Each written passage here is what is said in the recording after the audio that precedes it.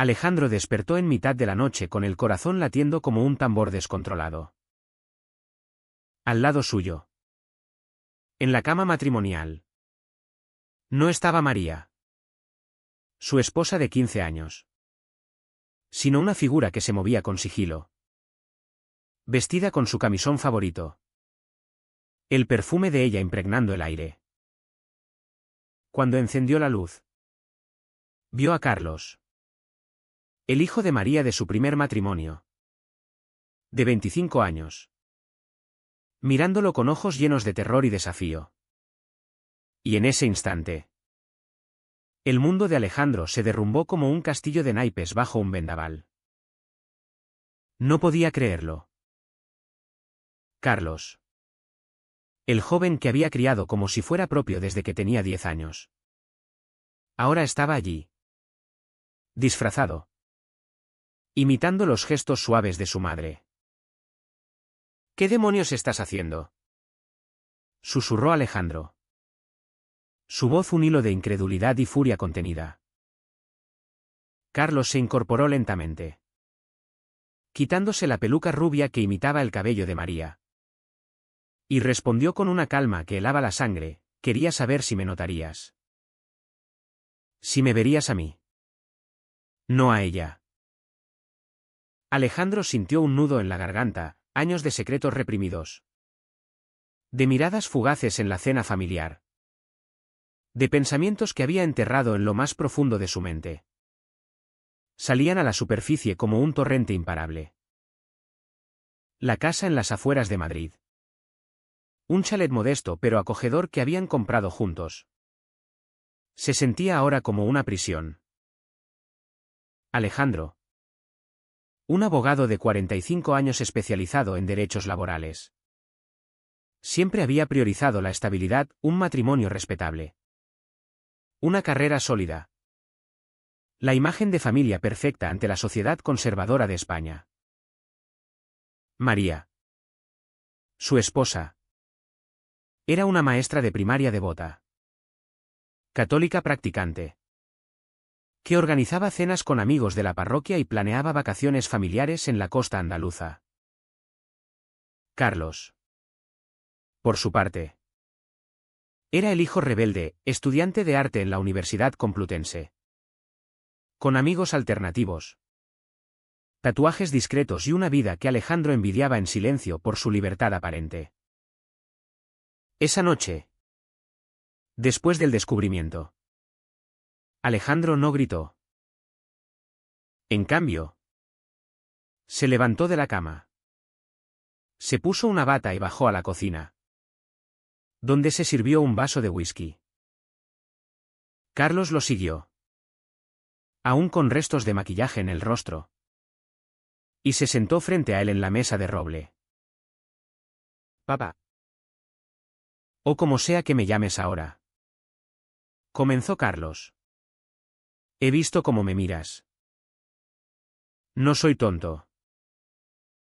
Mamá duerme en la habitación de invitados desde hace meses, alegando migrañas. Pero sé que es porque ya no hay nada entre vosotros.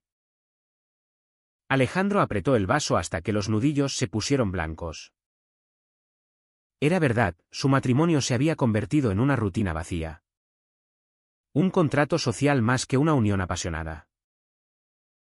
Pero admitir eso ante Carlos era como abrir una puerta que no sabía si podría cerrar. La conversación se extendió hasta el amanecer. Carlos confesó que había empezado a sentir algo por Alejandro años atrás. Durante la adolescencia, cuando el divorcio de su padre biológico lo dejó vulnerable y Alejandro se convirtió en su figura paterna. Al principio era admiración, dijo. Pero luego, vi cómo luchabas contigo mismo. En las fiestas familiares. Cuando evitas las miradas de otros hombres. Cuando defiendes los derechos LGTB en tus casos pero en casa actúas como si no existiera. Alejandro negó con la cabeza. Recordando sus propias batallas internas, crecido en una familia tradicional de Sevilla, donde la homofobia era sutil pero omnipresente. Había reprimido sus atracciones desde joven, optando por el camino correcto de casarse y formar una familia. Al día siguiente, María regresó de su viaje a Barcelona por un congreso de educación. Alejandro la miró entrar por la puerta, con su maleta y una sonrisa cansada. Y sintió una punzada de culpa. ¿Cómo decirle? ¿O no decirle nada? Decidió callar. Por ahora. Pero Carlos no era tan paciente.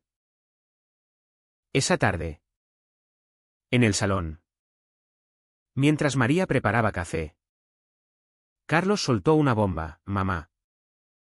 Creo que deberíamos hablar de papá. Alejandro sintió el pánico subirle por la espina dorsal.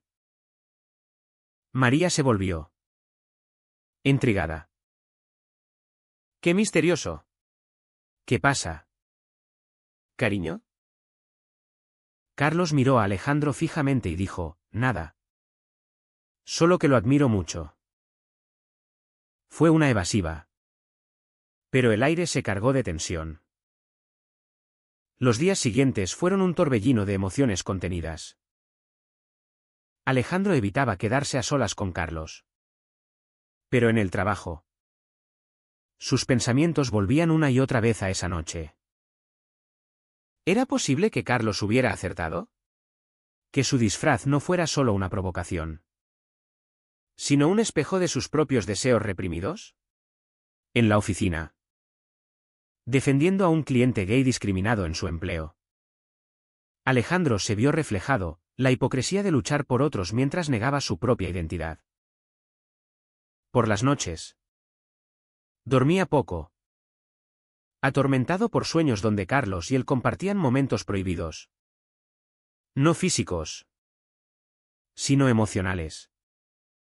De comprensión mutua que su matrimonio nunca había ofrecido. Una semana después, la presión familiar se intensificó. La hermana de María, Ana, vino de visita desde Valencia. Ana, una mujer conservadora y religiosa, siempre había sospechado de la modernidad de Carlos. Durante la cena, soltó comentarios velados, en estos tiempos. Con tanto orgullo gay por las calles de Madrid, hay que vigilar a los jóvenes. No vaya a ser que se confundan. Carlos, sentado al lado de Alejandro, apretó la servilleta bajo la mesa. Alejandro sintió la mano de Carlos rozar la suya por accidente. O tal vez no. Y un escalofrío lo recorrió. María, ajena a todo. Río, Ana. No seas antigua. Carlos es un artista. Eso es todo. Pero esa noche, después de que Ana se fuera, María confrontó a Alejandro en la cama. Últimamente estás distante. ¿Pasa algo con el trabajo? Él mintió, alegando estrés. Pero en su mente, la verdad bullía. Carlos, desde su habitación, escuchaba todo.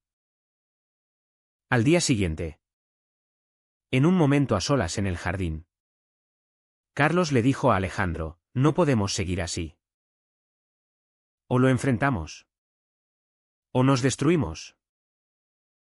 Alejandro, con el corazón dividido, respondió, esto podría romper todo. Tu madre. La familia. Nuestra vida aquí. Carlos asintió. Pero en sus ojos había determinación.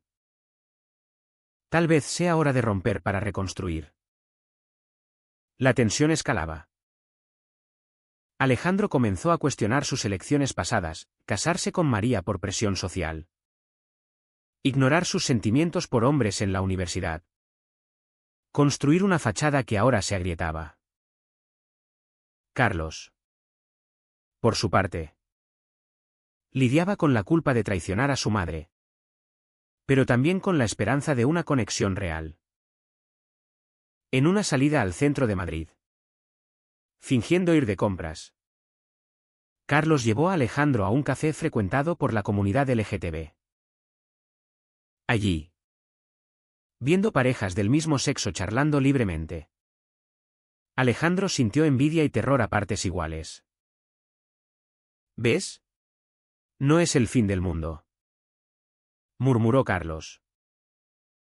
Alejandro no respondió, pero algo en él empezaba a despertar.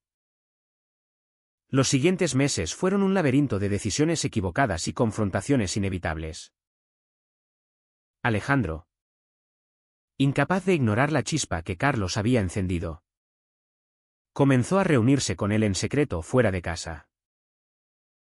Primero, fueron paseos por el Retiro, donde hablaban de todo menos de lo obvio: arte, política, los cambios en España desde la legalización del matrimonio igualitario en 2005. Pero inevitablemente, las conversaciones derivaban hacia lo personal. Recuerdo cuando me enseñaste a nadar en la playa de Cádiz, dijo Carlos una tarde soleada. Eras el padre que nunca tuve. Pero ahora quiero más. Alejandro tragó saliva, mirando el lago artificial. Esto es peligroso. Si María se entera, nos destrozará a todos. Y así fue como la traición se coló en sus vidas. María empezó a notar las ausencias de Alejandro, reuniones tardías, fines de semana ocupados. Una noche, al volver a casa, encontró a Carlos y Alejandro riendo en la cocina sobre una anécdota vieja. La mirada de María se endureció. ¿Qué os traéis entre manos? Alejandro balbuceó una excusa, pero el daño estaba hecho. Esa misma semana, María confrontó a Carlos en privado: sé que algo pasa. ¿Es una mujer? ¿Drogas? Carlos, con el peso de la mentira, respondió: es complicado, mamá. Pero no es nada malo. María, herida, comenzó a distanciarse, pasando más tiempo en la iglesia, buscando consuelo en la fe que siempre la había guiado. La presión social no tardó en manifestarse. En una fiesta familiar por el cumpleaños de la abuela en Sevilla, los parientes conservadores hicieron comentarios homófobos sobre las noticias recientes, con tanto desfile del orgullo. España se está yendo al infierno. Alejandro, que solía callar, esta vez intervino: la gente tiene derecho a amar a quien quiera. La mesa se quedó en silencio, y María lo miró con sorpresa. Carlos, sentado al otro lado, sonrió discretamente. Pero de vuelta en Madrid, la abuela llamó a María: cuida de tu marido. ¿Hija? Parece que le lavan el cerebro con esas ideas liberales. Alejandro luchaba con su conciencia. En terapia secreta, que empezó a asistir solo, confesó sus atracciones reprimidas. El terapeuta, un hombre comprensivo, le dijo: negar quién eres es como vivir en una cárcel autoimpuesta. Pero salir implica riesgos. Alejandro pensó en los riesgos: perder su trabajo en un bufete conservador, el rechazo de la familia extendida, el dolor de María. Sin embargo, cada encuentro con Carlos lo hacía sentir vivo por primera vez en años. Una noche, en un hotel discreto en las afueras, no pasó nada físico, pero compartieron confidencias profundas. Carlos habló de su miedo al rechazo, Alejandro de su culpa por haber vivido una mentira. La traición escaló cuando Carlos, impulsivo, dejó una nota en el cajón de Alejandro: te quiero más de lo que imaginas. María la encontró mientras ordenaba. El confronto fue explosivo. En el salón, con lágrimas en los ojos, María gritó: ¿cómo pudisteis? Mi propio hijo y mi marido. Alejandro, pálido, intentó explicar: no es lo que piensas. No hemos. Pero María no escuchaba. Es peor. Es una traición emocional. ¿Desde cuándo? Carlos, llorando, admitió: desde siempre. Mamá. Lo siento. María se marchó esa noche a casa de su hermana, dejando la casa en un silencio ensordecedor.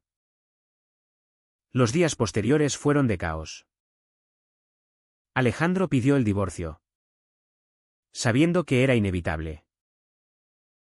En el juzgado, María, representada por un abogado amigo, exigió la mitad de todo.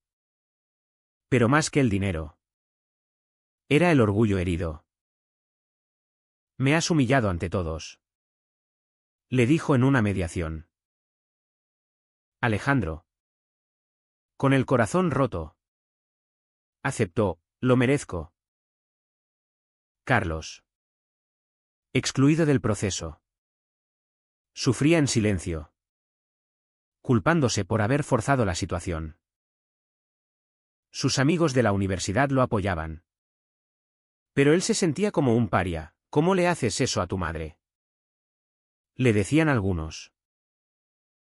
La sociedad española, aunque progresista en leyes, aún albergaba prejuicios en los círculos tradicionales. Alejandro perdió clientes en el bufete, rumores corrían: el abogado gay que robó el hijo de su mujer. En una cena con colegas, uno soltó: entiendo la diversidad, pero esto es incesto emocional. Alejandro se defendió: no es sangre. Y el amor no elige. Pero las palabras dolían. Carlos, por su parte, abandonó temporalmente los estudios, sumido en depresión, cuestionando si su amor valía el precio. Sin embargo, en medio del dolor, surgió una conexión más fuerte. Alejandro y Carlos se mudaron a un pequeño apartamento en Malasaña, el barrio bohemio de Madrid, donde la comunidad LGTB los acogió. Allí, por primera vez, Alejandro se sintió libre. Caminaban de la mano por Chueca. Asistían a eventos del orgullo. Y aunque el fantasma de María planeaba, empezaban a sanar. Pero el precio era alto. María, destrozada, cortó contacto con Carlos, alegando traición imperdonable. Elegiste a él sobre mí, le escribió en un mensaje final. Alejandro reflexionaba en soledad: ¿había sido egoísta? ¿O necesario? La respuesta no era clara. Carlos, madurando a la fuerza, se convirtió en su apoyo. Pero la culpa los perseguía. En una terapia conjunta, el psicólogo les dijo: el amor verdadero requiere sacrificios. Pero, ¿estáis preparados para los que vendrán? El alto trazo llegó con la intervención de la familia extendida. La tía Ana, furiosa, organizó una de intervención en Sevilla, convocando a primos, tíos y hasta el sacerdote de la parroquia. Alejandro y Carlos fueron invitados bajo pretexto de reconciliación. Pero al llegar, se encontraron con un círculo de acusaciones. Esto es contra natura, proclamó el tío José, un jubilado conservador. Has corrompido al chico. Alejandro. Carlos. Defendiendo. Gritó, no me ha corrompido. Lo amo porque es quien es. María. Presente pero en silencio. Lloraba. El sacerdote intervino, la Biblia es clara sobre estas uniones. Arrepiéntanse. Alejandro. Conteniendo la ira. Respondió, la Biblia también habla de amor y perdón. ¿Dónde está eso aquí? La reunión terminó en caos. Con Carlos y Alejandro marchándose entre insultos. De vuelta en Madrid. Carlos colapsó, tal vez tengan razón. ¿Y si estamos equivocados? Alejandro. Abrazándolo por primera vez en público. Dijo, no lo estamos. Pero duele. Esa noche. En el apartamento. Hablaron de huir. Quizás a Barcelona. Donde la sociedad era más abierta. Pero los conflictos internos no cesaban. Alejandro soñaba con su juventud. Cuando reprimió un amor platónico por un compañero de universidad. Optando por el matrimonio para encajar. Ahora. Pagaba el precio, aislamiento de amigos. Miradas juzgadoras en el supermercado. Carlos. Joven e idealista. Lidiaba con la pérdida de su madre, la echo de menos. ¿Valió la pena? En una carta que nunca envió. Escribió, mamá. Elegí la verdad sobre la mentira. Me perdonarás. La sociedad amplificaba el drama. Un artículo en un periódico local. Filtrado por un amigo de la familia. Expuso su historia, abogado madrileño deja a esposa por hijastro. Los comentarios en redes eran brutales, degenerados. Rompefamilias. Alejandro perdió su puesto en el bufete. Obligado a abrir uno propio. Especializado en derechos LGTB. Carlos retomó los estudios. Pero con becas precarias. Sintiendo la presión económica. En medio de esto. Surgió una oferta tentadora, un primo lejano ofreció dinero a Carlos para que se alejara de Alejandro. Por el bien de todos. Carlos lo rechazó.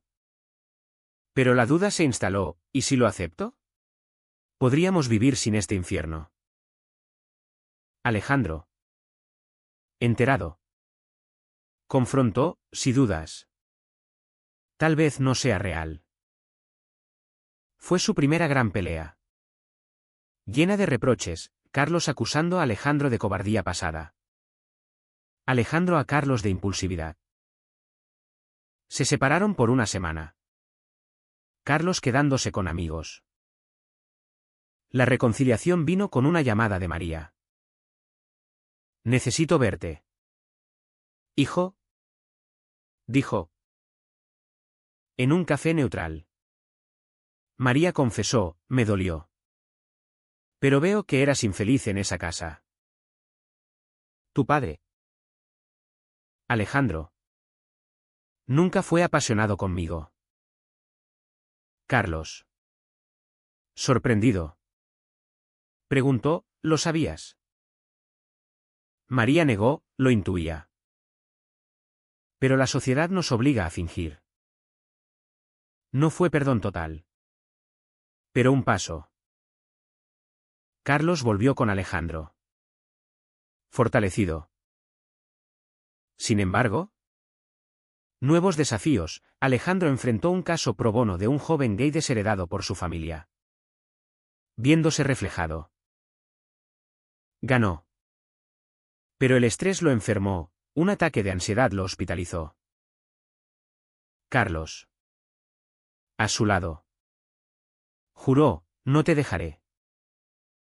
En recuperación. Alejandro decidió, luchemos por esto. Pero con honestidad.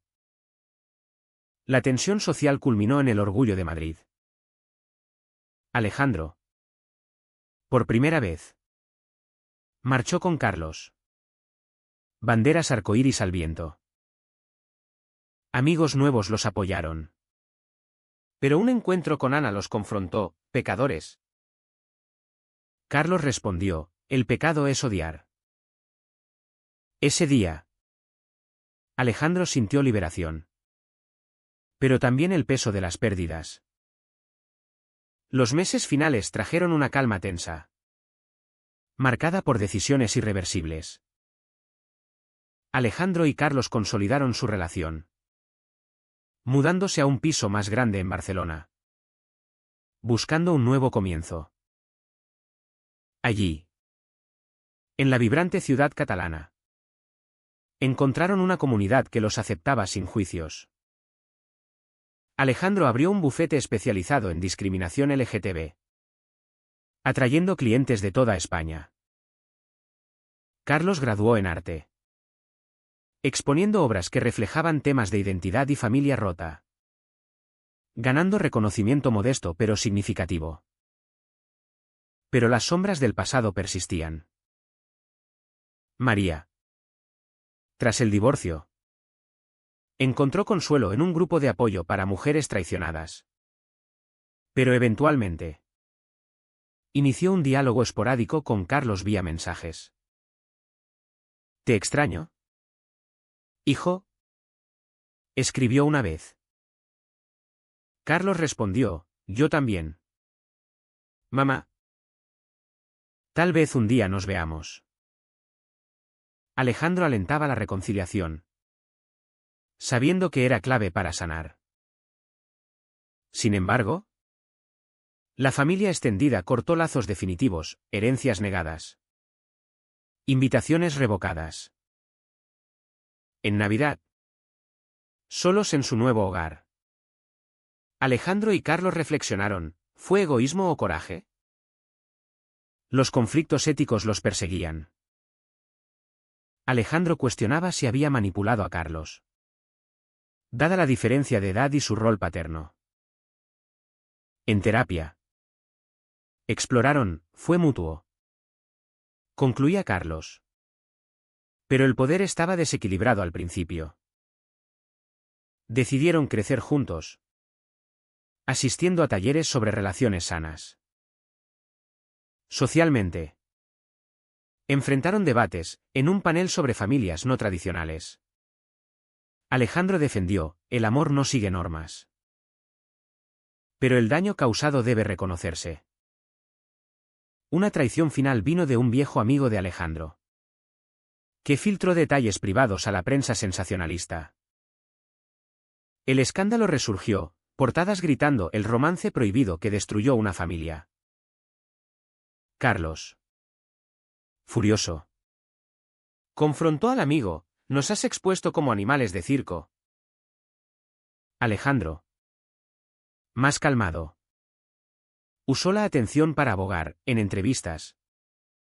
Habló de la hipocresía social en España. Donde las leyes protegen pero los prejuicios perduran. El clímax emocional llegó en una visita sorpresa de María a Barcelona. En un restaurante junto al mar. Los tres se sentaron. No vengo a perdonar todo. Dijo María. Pero quiero entender. Carlos lloró, te quiero. Mamá. Elegí mi felicidad. Pero no quise herirte. Alejandro añadió, fui cobarde por años. Lo siento. María. Con voz temblorosa, la sociedad nos presiona a todos. Tal vez yo también viví una mentira. No fue un final feliz inmediato. Pero un puente frágil se construyó. Años después. Alejandro y Carlos. Casados legalmente en una ceremonia íntima. Miraban atrás. Habían pagado caro, amistades perdidas. Carreras alteradas. Heridas emocionales. Pero ganaron autenticidad. Carlos exponía arte sobre redención. Alejandro luchaba por derechos. María. Eventualmente. Asistió a una exposición. Un gesto de reconciliación. ¿Fue correcto priorizar el amor personal sobre la estabilidad familiar? ¿O el daño causado hace que toda elección sea moralmente cuestionable?